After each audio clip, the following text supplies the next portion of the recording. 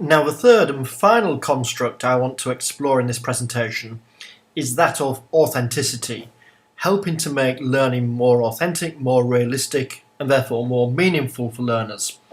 And we can see how ebooks can go a long way to achieving this ambition. In, for example, apps like Walk, which we talked about in a previous part of the presentation, whereby people can be walking around their environment, setting down markers, using the GPS. It's situated in a real setting. You can see here some of how that is designed and how, in a sense, they are undertaking a narrative, but it's a narrative that they're walking through, a physical narrative. And as they walk through a narrative, different information is presented to them, and this can be customised by the teacher or indeed by the students, until eventually they've got a really interactive, what they refer to as a rip-roaring adventure. So that's the walk. The next section is all about what we might call hybrid books, which are a combination of digital and non-digital print. And they're taking advantage of something called augmented reality. And this also has significance in terms of authenticity. So there's an example from Spain which demonstrates what the book of the future might look like based on the use of augmented reality.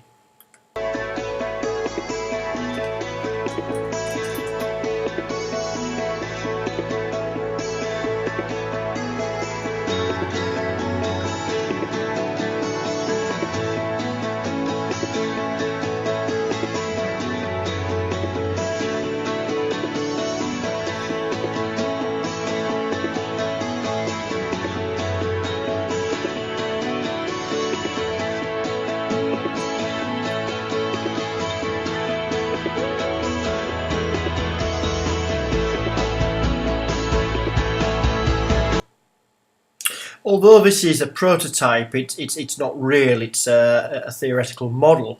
It incorporates many of the features that are becoming increasingly common in augmented reality. And it does so in a way which is quite interesting because it doesn't throw out the traditional print-based book, but it augments it. So it allows extra dimensions, for example the 3D model, or extra information to be sought through the use of augmented reality, in this case through the use of spectacles. And here is a perhaps better known example of augmented reality being used to supplement print, what might be referred to as digital print. And this is the app Layer. And this is interactive print. Unique characteristics like my face or like this doll. It even works if you cover half of the page. It's amazing technology, isn't it?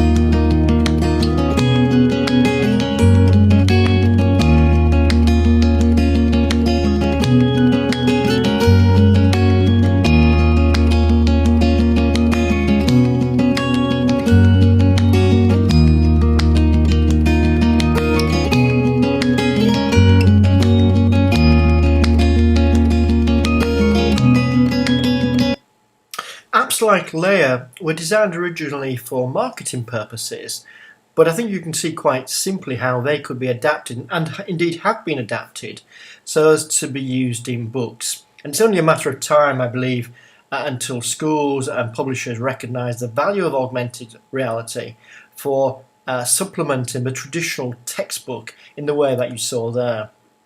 Another aspect of authenticity, which for us at the University of Hull is a really significant development, is the ability for users, for readers, to become authors. And using simple apps like Book Creator or Creative Book Builder, it's now possible for students to build their own ebooks and to develop their own ebooks. And this is an important part of our Erasmus project because we believe it demonstrates, particularly in teacher education, how we can transform the nature of teaching and assessment. There are other ways in which users can generate their own books as well. A more sophisticated example is iBooks Author, which works for Apple devices. And increasingly, what we might call non-proprietary apps like Inkling, which is a web-based system of publishing and authoring. and beginning to become very prominent, particularly in the USA. In terms of where this is all going, we can see it moving in a particular direction through what we are beginning to find schools doing.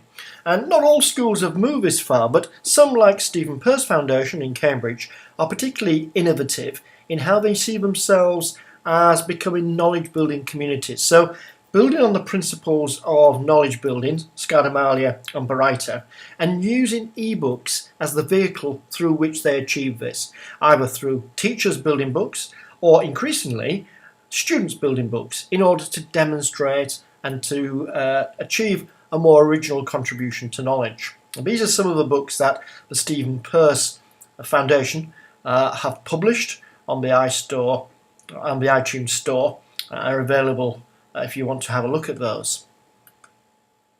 Another aspect of using books authentically is in fieldwork, and a number of staff at the University of Hull have been exploring how they can build a book that students can take out with them on a field visit, such as this example where a history tutor who has taken his students to the battlefields of France is using the book to help them to orientate themselves to the landscape, to the topography of where the First World War had been fought. The reason why I stopped here is because you can see where the front was in 1916, 1st July 1916. That's where the red and the blue line is.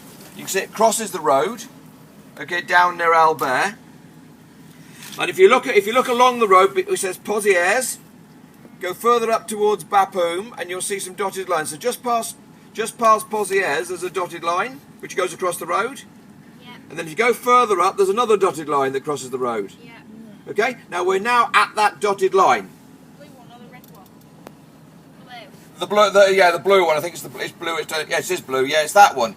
And this is as far as the British got by November 1916. So the battle started on the 1st of July, and they managed to push the Germans back to that line. They intended in the first week to get to Bapaume. They never ever got to Bapaume. So that was all the ground they made between the front line at La Bosselle to that line in that amount of months. That's from July through to 20th of November, when basically the battle came to an end. And that gives you an idea of how books are taking on a radically different hue, because allied to the portability of the iPad, students can take this book with them literally into the field. So they can walk around, they can annotate on the book, they can leave marks, they can share these comments as well with their colleagues and peers, and it begins to develop a more situated notion of knowledge building. And that's all through the affordances of the e-book. And here's another example of students who went on a field trip to the coast to do some science work, a science inquiry, and they produced these books to demonstrate what they'd understood.